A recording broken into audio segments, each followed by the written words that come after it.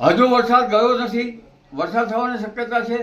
ચોમાસાની વિદાય હવે ધીરે ધીરે સપ્ટેમ્બરના અંતમાં થવાની શક્યતા ગણી શકાય. હમણાં વરસાદ અંગે જોઈએ તો તારીખ 13થી 17માં કોઈ ભાગમાં વરસાદી ઝાપટા પડવાની શક્યતા રહેશે, પરંતુ તારીખ 18થી 21માં રાત્રિના ભાગોમાં ફરી પુનઃ ભારે વરસાદ થવાની શક્યતા રહેશે.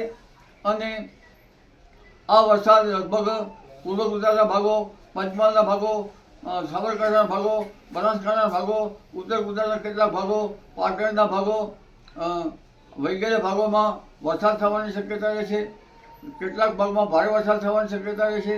આ ઉપરાંત દક્ષિણ ગુજરાતના ભાગોમાં ભારે વરસાદ થવાની શક્યતા રહેશે. અને ગુજરાતના અન્ય ભાગોમાં જોઈએ તો પણ હળવા ભારે વરસાદ ઝાપટા પડવાની શક્યતા રહેશે.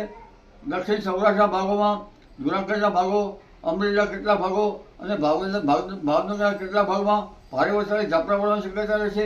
સૌરાષ્ટ્રના અન્ય ભાગોમાં પણ વરસાદી ઝાપટા પડવાની શક્યતા રહેશે. તારીખ 27 સપ્ટેમ્બરથી 5 ઓક્ટોબર વચ્ચે હસ્ત નક્ષત્રમાં ગાજવીજ સાથે કેટલાક બહુ વરસાદ થવાની શક્યતા રહેશે. તારીખ 10 ઓક્ટોબરથી 13 કે 14 ઓક્ટોબરમાં બંગાળ સાગરમાં ચક્રવાત થવાની શક્યતા રહેશે. અને તે પછી ધીરે ધીરે ચક્રવાતનું પ્રમાણ વધતું જશે. અને એટલે કે આ વરસાદ જે છે એ ઓક્ટોબરમાં પણ પહેલા અને બીજા સપ્તાહની શરૂઆત સુધીમાં લગભગ ચાલુ રહેવાની શક્યતા રહેશે.